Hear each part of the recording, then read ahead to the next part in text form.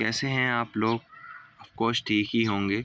चलो आज unit third start करते हैं, जो कि केटीओ कोडिंग सिलेबस है। आज हम पढ़ेंगे सोशल मीडिया में नेटवर्क फंडामेंटल। ठीक है,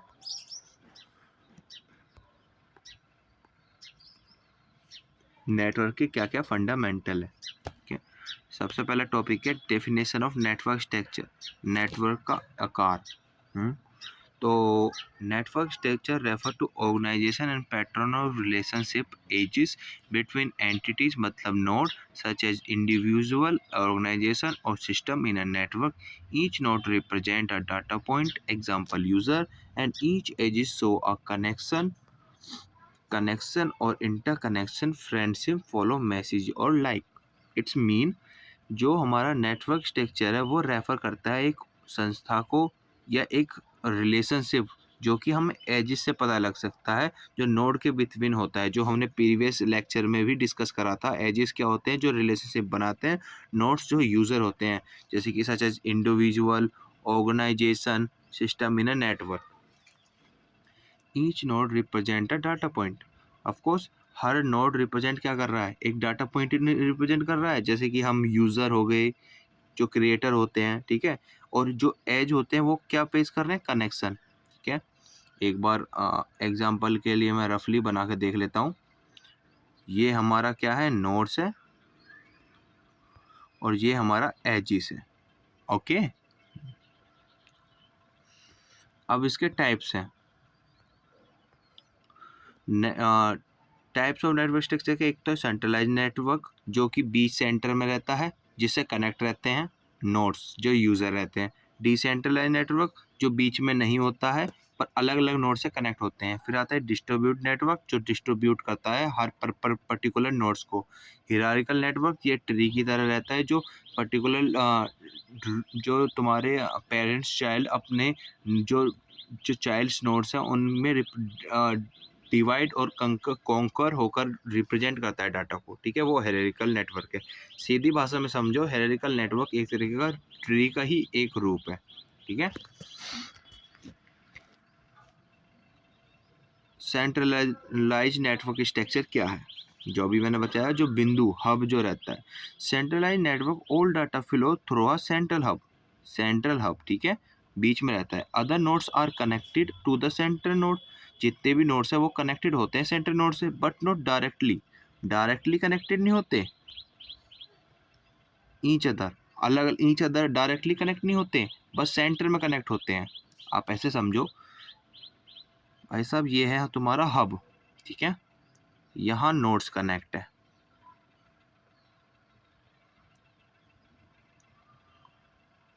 ठीक है, ये इससे डायरेक्ट कनेक्ट नहीं हो सकता।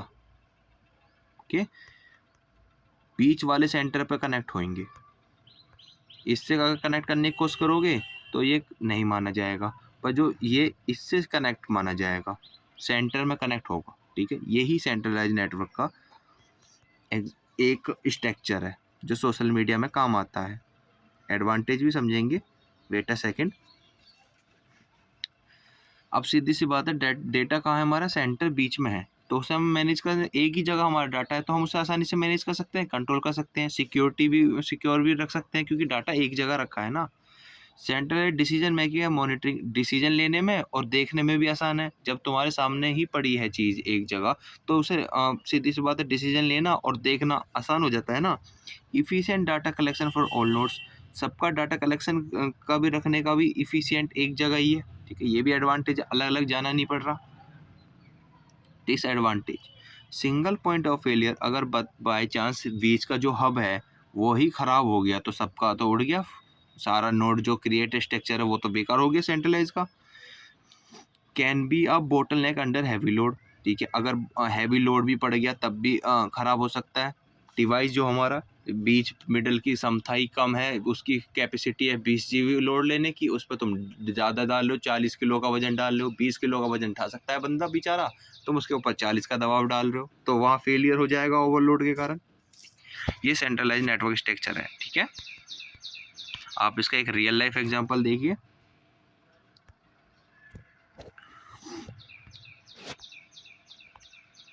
A customer support system where all complaint or queries for user are directed to a single social media manager account. This account is central hub for all communication. आप ऐसे समझो कि यूट्यूब पे कोई vulgar और ऐसी अ, मतलब अन इंफॉर्मेशन जो आपके हिसाब से सही नहीं है, आप कंप्लेन करते हो उस इंफॉर्मेशन के लिए, रिपोर्ट करते हो, तो वो सब कहाँ मैनेज कर रहा है? यूट्यूब का जो सेंटर हब है, जो सेंटर मैनेजमेंट सिस्टम है, वो मैनेज करेगा। वो आपकी कंप्लेन को रिकॉर्ड करेगा, फिर वो देखेगा। ठीक है?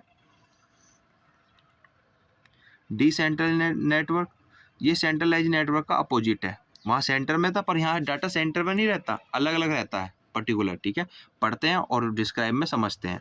Decentralised network, there are multiple central nodes, इसमें मल्टीपल सेंट्रल नोड है, पर वो डिसेंट्रलाइज्ड नेटवर्क है, सेंटर में नहीं है, डिसेंटर है।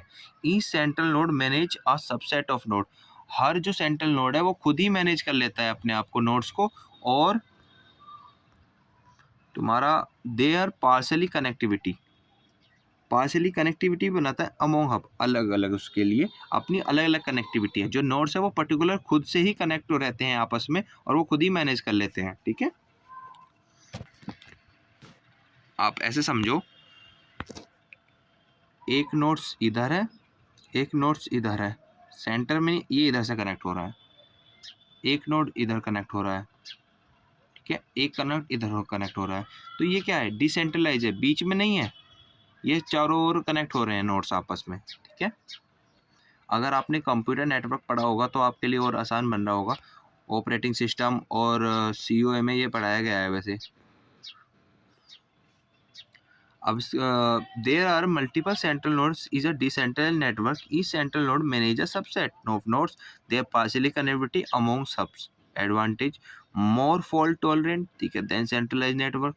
ओके, इसमें क्या है, तुम्हारे जो सेंट्रल नेटवर्क में जो गलतियां होती थी, जो बाय चांस ओवरलोड हो गया, क्रैश हो गया डिवाइस, उससे बचा जा सकता है। स्केलेबल है, हाँ, आसानी से इसके अंदर हम डिवाइस जोड़ सकते हैं सेंटर का सिस्टम।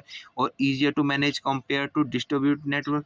डिस्ट्रीब्यूट नेटवर्क हम आगे पढ़ेंगे, और उससे हम आसानी से इसमें मैनेज कर लेते हैं। ठीक है, इसमें जो फेलियर का चांस था ना, जो बीच का जो हब था वो ओवरलोड के कारण फेलियर हो सकता था, वो इसमें कम हो जाएगा।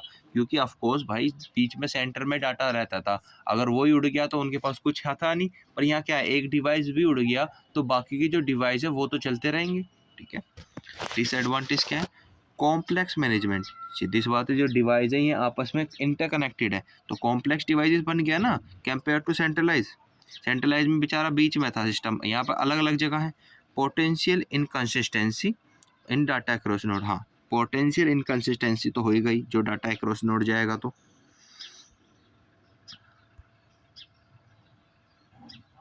एग्जाम्पल इन सोशल मीडिया, ठीक है, जैसे कि लार्ज ब्रांड भी रीजनल सोशल मीडिया टीम्स, बड़ी ब्रांड है वो रीजनल सोशल मीडिया टीम्स है, और different Twitter handles for USA, अलग अलग जगह पे वो हैंडल करती है। ठीक है, एनालाइज रीजनल ऑडियंस इंटरेक्शन और सेपरेटली, इट्स मीन डिसेंट्रलाइज का सबसे बढ़िया एग्जांपल है। आप ऐसे समझो, तुम्हारा अभी इलोन मस्क का डाटा लिंक्स के नाम से कोई नेटवर्क डिस्ट्रीब्यूट करने की उनकी कंपनी है। ठीक है, और वो हर जगह अपने उनके रीजनल के अकॉर्डिंग वो वहाँ पे क्या कर रहा है, डिस्ट्रीब्यूट कर रहा है नेटवर्क। ठीक है, इधर यहाँ नेटवर्क शेयर कर रहा है, दूसरी जगह यहाँ नेटवर्क शेयर कर रहा है, बीच में नहीं है उसका सिस्टम।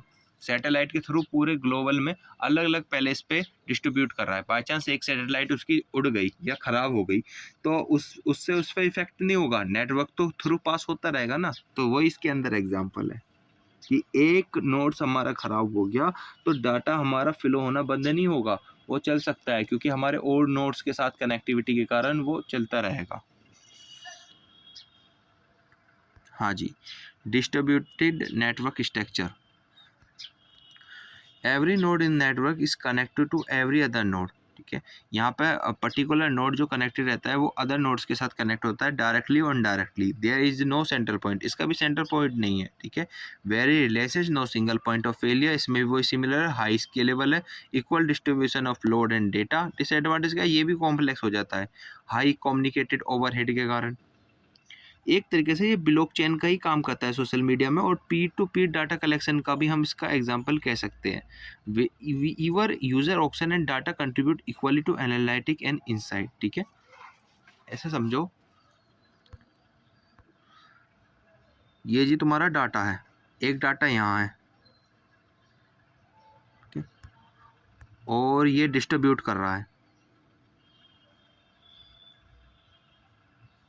ये डाटा अलग डिस्ट्रीब्यूट कर रहा है, ठीक है। इसका भी सेंटर पॉइंट नहीं है, पर ये डिस्ट्रीब्यूट करता है ये पर्टिकुलर नोड, ठीक है, कनेक्टेड है डायरेक्टली और इनडायरेक्टली, ठीक है। अब पता चल गया हायरार्किकल नेटवर्क स्ट्रक्चर, इसे मैंने आपको स्टार्टिंग में भी बताया था। इसे आप ऐसे समझो, ये ट्री है, ट्री का ये क्या है, पेरेंट्स नोड्स है, ठीक है, ये इसके चाइल्ड नोड है,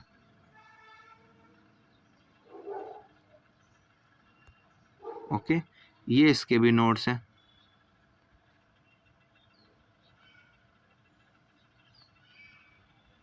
ठीक है, ये इसमें समझाया गया है।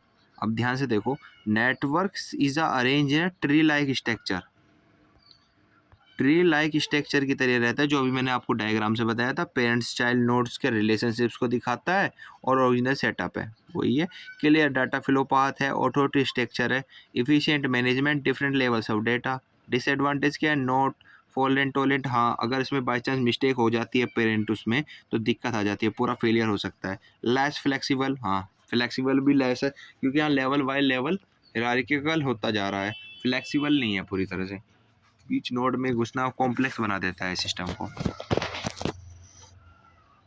एग्जाम्पल इसके हिसाब से एक एग्जाम्पल है, जैसे कि तुम्हारा corporate social media analyze setup है, ठीक है, where local branch report to regional office which in turn report to national headquarter, each level analyzing data relevant of their scope. आप इसे इस तरह समझो, हमारे न्याय के लिए जजेस और सुप्रीम कोर्ट्स हैं जो पर्टिकुलर न्याय करते हैं, कानून बनाते हैं, तो उसी में लेवल बाय लेवल है।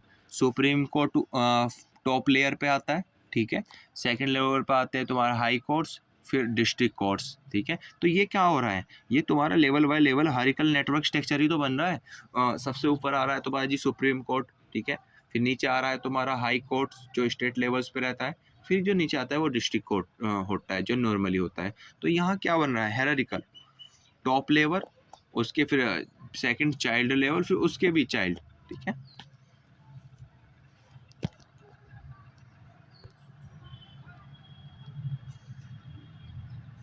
हाँ जी, अब इक्विवेलेंस के बारे में जान लेते हैं। इक्विवेलेंस है क्या, equivalence refer to the similarity in role of position.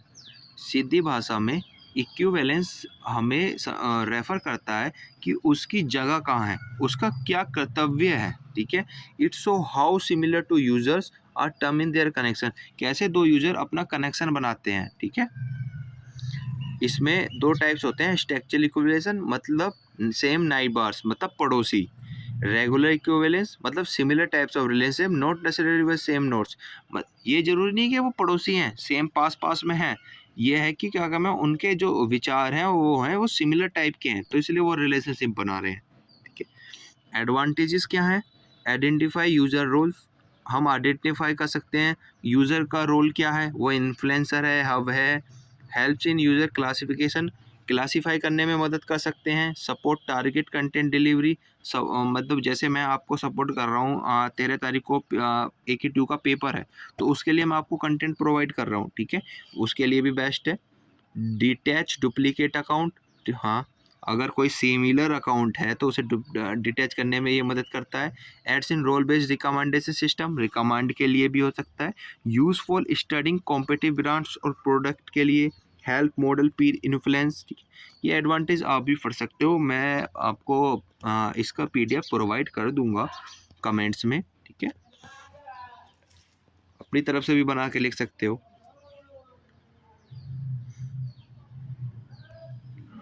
Disadvantage, high computational complexity बन जाती है, ठीक है, रिक्वायर्ड डिटेल नेटवर्क डेटा की, सेंसिटिव और मिसिंग इनकम्प्लीट डेटा भी बन सकता है इक्विवेलेंस में, ठीक है, फेल एंड डायनेमिक नेटवर्क की भी इशू आ सकता है। स्केलेबिलिटी इशू और लार्ज नेटवर्क्स में भी प्रॉब्लम हो सकती है, मिसलीडिंग में भी हो सकती है वीक इंटरेक्शन के कारण। यही है, सीधी सी बात है। अगर तुम्हारा स्ट्रक्चरल इक्विवेलेंस और रेगुलर इक्विवेलेंस में आपस में रिलेशनशिप बन रहा है तो वहाँ तो हर जगह प्रॉब्लम हो सकती है। हाई कंप्यूटेशनल कॉम्प्लेक्सिटी भी आ सकती है, समझने में प्रॉब्लम हो सकती है। तुम्हारा कोई डाटा और सेंसिटिव चीज़ें मिसिंग भी हो सकती हैं, डाटा इनकम्प्लीट भी हो सकता है। ये नॉर्मल डिसएडवांटेज है जो हर सोशल मीडिया में होती हैं। अब तुम मेरे में ही देख लो, अगर मैं यूट्यूब पे कुछ वीडियो अपलोड कर रहा हूँ, कहीं ना कहीं मैं कुछ मिसिंग कर रहा हूँ टॉपिक्स, या मतलब कुछ चीज़ मैं मिस कर जाऊँ बाजी मेरे बोलते समय, या कुछ जैसे कि मुझे आपसे कहना था कि फॉर एग्जांपल मैं इक्विवेलेंस को ही भूल जाता, इस टॉपिक को ही भूल जाता, तो ऐसी मिस्टेक सोशल मीडिया पे होती रहती हैं। ठीक है, तो ऐसे डिसएडवांटेज को हाईलाइट कर लो जो नॉर्मल है, और उसमें लिखने में आसानी हो जाएगी। एक एग्जांपल देखो, ऑन ट्विटर टू इन्फ्लुएंसर, दो इन्फ्लुएंसर है ट्विटर के, ठीक है, विद उनके फॉलोवर भी सेम है, एंड ट्वीट इंटर कलेक्शन, और वो ट्वीट इंटरेक्शन के कारण स्ट्रक्चरली इक्विवेलेंट बन गए हैं। मतलब उनके जो ट्वीट थे वो लगभग सिमिलर थे, सपोर्ट सिमिलर उनकी धाराएं, मतलब सिमिलर उनके विचार थे, जिनके कारण वो स्ट्रक्चरली इक्विवेलेंट, स्ट्रक्चरली क्या आते हैं उनके जो पड़ोसी जो बने जाते हैं। फिर उसको हमने एनालाइज करा कैसे, कि helping analyse group for their campaign. फिर हमने एनालाइज करा भाई ये दोनों तो एक ही कैंपेन के कैंपेन कर रहे हैं, ठीक है, तो इस चीज़ को आसानी हो जाती है। होमोफेलिया, ये इस एक तरह का सोशल मीडिया में इसको ऐसा कह सकते हैं, जिस चीज़ में तुम्हें इंटरेस्ट हो उसके साथ जोड़ना। ठीक है, homophily is the principle that similar people tend to connect, अपनी इंटरेस्ट से दूसरे बंदे से जोड़ना। ठीक है, it's social media means people who share belief, interest, background और इंटरेक्ट मोर। ठीक है, आप ऐसे समझो रियल लाइफ में तुम्हें म्यूजिक पसंद है, जैसे अरिजीत सिंह है, अरिजीत सिंह के तुम्हें म्यूजिक पसंद है, तुम उनसे इंटरेक्ट हो रहे हो, तुम उनसे कनेक्शन बना रहे हो क्योंकि तुम्हें उनमें इंटरेस्ट है, तुम्हें उन पर विश्वास है। ठीक है, रियल लाइफ से जुड़ोगे तो सारी चीज़ें वही मिलेंगी। एडवांटेज आप खुद भी पढ़ लेना, मैं 2-3 हाईलाइट कर लेता हूँ। इनेबल्स कम्युनिटी डिटेक्शन, कम्युनिटी को डिटेच करने में मदद मिलती है। हेल्प्स इन कंटेंट पर्सनलाइज, हम उसकी बिहेवियर के बारे में कैसे पता लगा सकते हैं। इम्प्रूव फ्रेंड्स और फॉलोवर रिकमेंडेशन, ठीक है। Highlight content visibility patterns. Disadvantage क्या है, reduce content diversity, encourage echo chambers, मतलब तुम्हारा कंटेंट की डाइवर्सिटी हो सकती है, तुम्हारे जो कंटेंट है जिनको पसंद है बस वही देख रहे हैं, वो नहीं देख रहे जिन्हें तुम्हारा कंटेंट पसंद नहीं है। ठीक है, लेट तो बायस एल्गोरिथम, एआई एल्गोरिथम की अगर नहीं जरूरत पड़ी तो बहुत प्रॉब्लम हो सकती है। और hard to measure accuracy can lead to stereotyping in data, overlook weak ties with influence, जो कम वो बंधन है उसमें भी प्रॉब्लम हो सकती है। ठीक है, ये आप डिसएडवांटेज एडवांटेज खुद से भी पढ़ सकते हो। टॉपिक्स जो है मैं उन्हें डिस्क्राइब से पढ़ा रहा हूँ, वैसे एडवांटेज डिसएडवांटेज आप अपनी तरफ से भी बना के लिख सकते हो। कि पेपर के लिए ज़्यादा दिन तो बचे नहीं हैं, फिलहाल बस टॉपिक्स कवर कर रहे हैं, और कवर भी 1 शॉर्ट ड्यूरेशन में करवानी है। अगर हम पर्टिकुलर डिसएडवांटेज को हम डिस्क्राइब में पढ़ेंगे तो वीडियो की ड्यूरेशन भी बढ़ सकती है। ठीक है, और जितना आप ज़्यादा जल्दी कंप्लीट करोगे तो उतना ही रिवाइज करने में आसानी हो जाएगी आपके लिए, वही बेस्ट है। ठीक है, नोट्स तो मैं आपको प्रोवाइड करवा ही रहा हूँ। देखो एक एग्जांपल और है, Facebook groups around a share hobby और बिलीफ। फेसबुक का एक ग्रुप है, ठीक है, वो अपनी हॉबीज़ और शेयर करता है आपके साथ। वो वेजिटेरियन कुकिंग बनाता है, where usually interact with an group. उससे क्या हुआ, जो पीपल था वो उससे इंटरेक्ट हो गए, फिर उससे कनेक्शन बनाने लगे। ये a clear case of interest based homophily, यही तो होमोफिली है भाई साहब। मुझे फुटबॉल खेलता हुआ अच्छा लगता है, मैंने फुटबॉल की वीडियो बनाना शुरू कर दी, तो क्या हो रहा है, अब यहाँ पे जो सोशल बंदे थे उन्हें पसंद है फुटबॉल खेलना, वो इंटरेक्ट होने लगे, रिक्वेस्ट भेजने लगे। ठीक है, रिक्वेस्ट भेजने लगे और ये एक्सेप्ट कर रहा है बंदा, तो यही क्या है, यही तो हेमोफोली है। क्लस्टरिंग, क्लस्टरिंग आपने कंप्यूटर नेटवर्क और ऑपरेटिंग सिस्टम में पढ़ा होगा। एक समूह, एक डाटा का समूह या आइटम का समूह, वही सोशल मीडिया में है कि ये भी एक तरह का नोड का समूह है, मतलब सीधी भाषा में समझिए यूजर का समूह। ठीक है।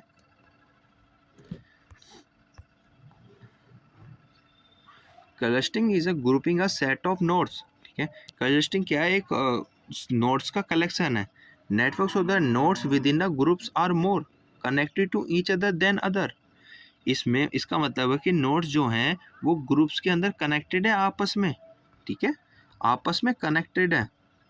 कॉमनली फॉर डिटैचिंग कम्युनिटी, ये यूज होता है डिटैच कम्युनिटीज को। ठीक है। एडवांटेज क्या है? रिवर्स हाइडन कम्युनिटी, सीधी सी बात है, हम हाइडन कम्युनिटी को भी ढूंढ सकते हैं। Aids in market segmentation, improve user targeting, helps in fraud detection, जो फ्रॉड हैं उन्हें पकड़ने में मदद मिलती है। तुम्हारा अलाउड डिटेक्शन इंटरेक्शन हब, हम डिटेक्शन और इंटरेक्शन कर सकते हैं हब से। विजुअलाइज ईजियर कर सकते हैं। डिसएडवांटेज क्या है? मे प्रोड्यूस ओवरलैपिंग क्लस्टर, ओवरलैप हो सकता है, क्लस्टर के ऊपर क्लस्टर हो गया तो दिक्कत आ जाएगी। सेंसिटिव टू एल्गोरिथम चॉइस, इसमें हमें सेंसिटिव एल्गोरिथम की यूज़ करनी पड़ती है वरना दिक्कत हो जाएगी। एंड रिक्वायर पैरामीट्रिक टर्निंग, और डेटा नॉइज की भी प्रॉब्लम हो सकती है। कैन जनरेट मीनिंगलेस क्लस्टर, अगर बाय चांस ये मीनिंगलेस क्लस्टर बन गया तो हमें उसे वैलिडेट करना पड़ेगा, हमें वेरीफाई करना पड़ेगा। मीनिंगलेस का समझ लो ग्रुप जो बना है उसके अंदर पता चला कुछ है ही नहीं, और फिर हमने उसे वेरीफाई करा तो फिर बेकार हो गया। ठीक है। आप क्लस्टर को इस तरह से भी रिप्रेजेंट कर सकते हैं। ये एक तरह का क्लस्टर है, इसके अंदर क्या है? नोड्स है।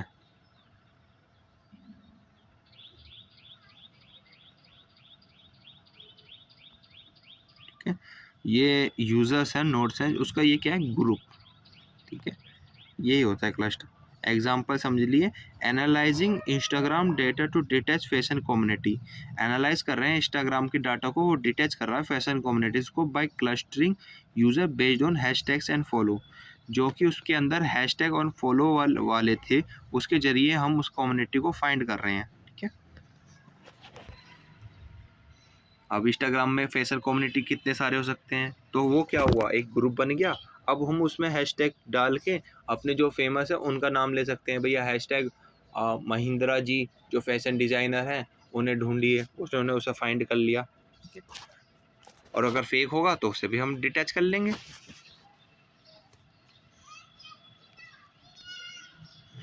स्नोबॉल सैम्पलिंग, स्नोबॉल सैम्पलिंग का अर्थ है hidden how to reach group. It's mean जो छिपे हुए हैं ग्रुप उन्हें ढूंढना। ठीक है, सीधी भाषा में काम यही करता है स्नोबॉल सैम्पलिंग। स्नोबॉल सैम्पलिंग एक तरह का मेथड है जो रिक्रूट जो participants common studying to hide and hard to reach group, जो छुपे हुए हैं सोशल मीडिया पे ग्रुप, उन्हें फाइंड करने में मदद करता है।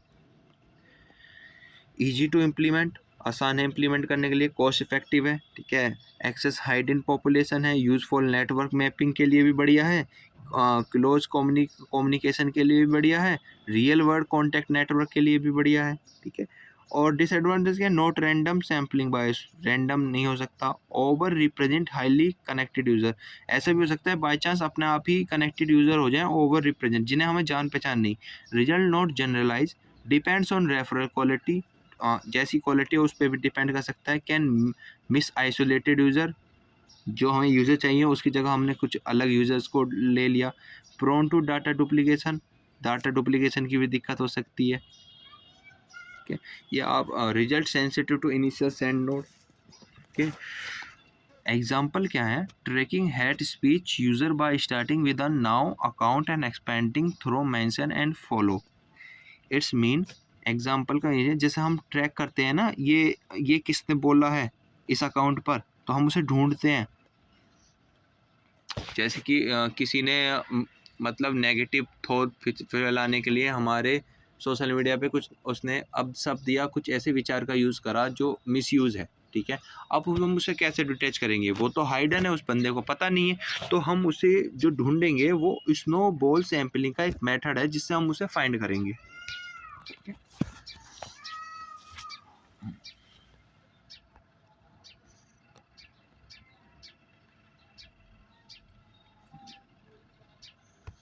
Contact tracking, it's means contact को ट्रैक करना। इससे ही मतलब पता चल रहा होगा, ट्रेसिंग कर रहे हैं हम कॉन्टैक्ट को। इन सोशल मीडिया कॉन्टेंट ट्रेसिंग हम करते हैं फ्लो ऑफ इन्फॉर्मेशन से। भैया इस वाली रील्स पे इतने लाइक मिल गए, इतने शेयर मिल गए, इतने कमेंट हो गए। Track how to piece of contact speed, उसके जो कंटेंट है उसके बिहाफ पे हमने उससे ट्रेसिंग करा। ठीक है, जैसे कि हमारे फेमस यूट्यूबर्स हैं कैरी मिनाटी, ठीक है।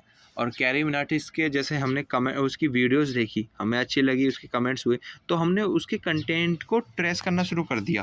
अच्छा इसके इतने लाइक, इतने शेयर, कितने कमेंट्स आए हैं, अच्छा इसके इतना है, फिर आप उसे शेयर भी कर रहे हो अपने फ्रेंड्स कॉलीग्स को। ठीक है,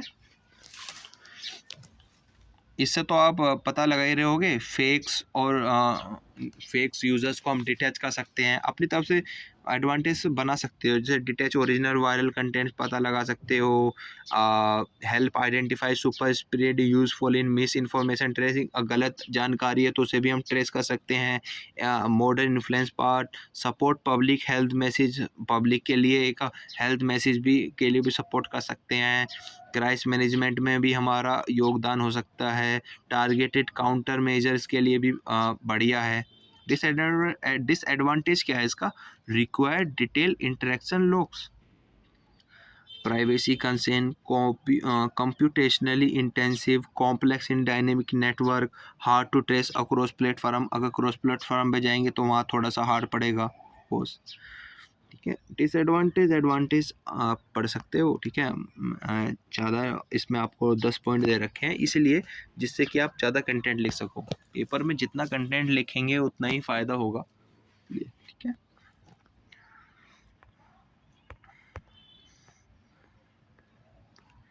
सिमिलर एडवांटेज डिसएडवांटेज 5 पॉइंट्स भी लिखते हैं हम। हर एडवांटेज और डिसएडवांटेज में तो इनफ होते हैं, पर जब भी एक कंटेंट्स के लिए 7 मार्क्स का क्वेश्चन आता है तो पर्टिकुलरली 2 से 3 पेज तो इनफ होते हैं भरने के लिए, तो उसके अकॉर्डिंग कंटेंट है। ठीक है, अब जैसे कि फेसबुक पे गलत न्यूज़ फैला रहे हैं, ठीक है, तो वहाँ पे हम क्या कर रहे हैं, हम कॉन्टेक्ट ट्रेस करेंगे और उसको फाइंड कर लेंगे, आइडेंटिफाई कर लेंगे कौन फैला रहा है ये जानकारी। तो यही कॉन्टेक्ट ट्रेसिंग का काम आता है। रैंडम वॉक, रैंडम वॉक जो आप मीनिंग से ही समझो आप, रैंडम वॉल्स मीन्स अनजाने में कनेक्शन बना लेना। ठीक है, random walk is the method of moving through a network by selection a random network and each step it use for sampling influence estimate और रैंकिंग। बाय चांस आप Facebook चला रहे हो और नीचे आते हैं ना आपको किसी और ने रिक्वेस्ट भेजा, आपको पता नहीं है, जाने अनजाने में, और आपने उसे एक्सेप्ट कर लिया, तो वो क्या हुआ, रैंडमली क्लिक कर लिया, वो उसमें आता है। स्केलेबल टू लार्ज ग्राफ्स, हाँ इसके अब लार्ज ग्राफ्स के लिए इसके बढ़ा सकते हो। Require less memory, good for local exploration, page rank के लिए हो सकता है, इन्फ्लुएंस स्कोरिंग करने के लिए हो सकता है। हाँ जितने तुम्हारे फॉलोअर्स बढ़ेंगे तो सीधी सी बात है तुम्हारा इन्फ्लुएंस तो स्कोर होगा ही। ठीक है, डिसएडवांटेज में थोड़े बहुत पढ़ लेते हैं। मे मिस रेयर नोट्स और कम्युनिटीज़, जैसे आपका फ्रेंड्स आपसे जुड़ना चाह रहा है पर तब तक देर होगी और आपके फ्रेंड रिक्वेस्ट जो अब तक आई हैं वो 100% से भी क्रॉस चली गई, तो वहाँ क्या हो रहा है, आप कनेक्ट नहीं कर पाओगे उनसे क्योंकि आपने 100% से ऊपर चले गए। आप अपने दोस्त को कहाँ ढूंढोगे, मेरा फ्रेंड इधर है क्या, इस लाइन में है क्या, आप स्क्रॉल करते चले जाओगे, प्रॉब्लम होगी ना। तो वो इसमें बताया कि मिस कर जाओगे बाजीवेर रेयर नोट्स और अपनी कम्युनिटी को। अनप्रिडिक्टेबल ट्रैवर्सल हो सकता है, does not guarantee coverage, may take long to reach certain area, depends on walk length. ठीक है, sensitivity network sparsity, not suitable for fine grain analyze, पक्का पता नहीं है कि हम उसे एनालाइज भी कर पाएंगे। इतना इनफ है।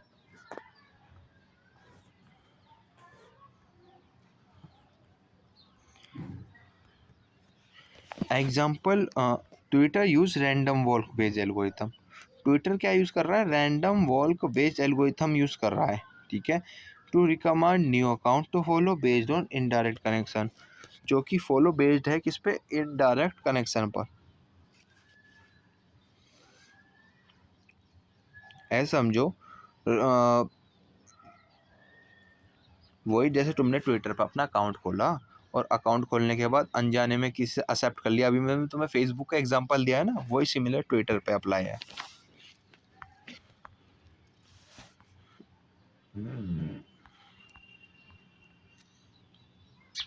हाँ जी, नाम से इतना डरने की कोई बात नहीं है। नाम दे रखा है, पर जब आप उसे डिस्क्राइब में पढ़ोगे तो क्या है, ये वही है जो हम पढ़ रहे हैं। टॉपिक्स ऊपर नीचे हो रहे हैं पर हैं सिमिलर टॉपिक्स, ठीक है।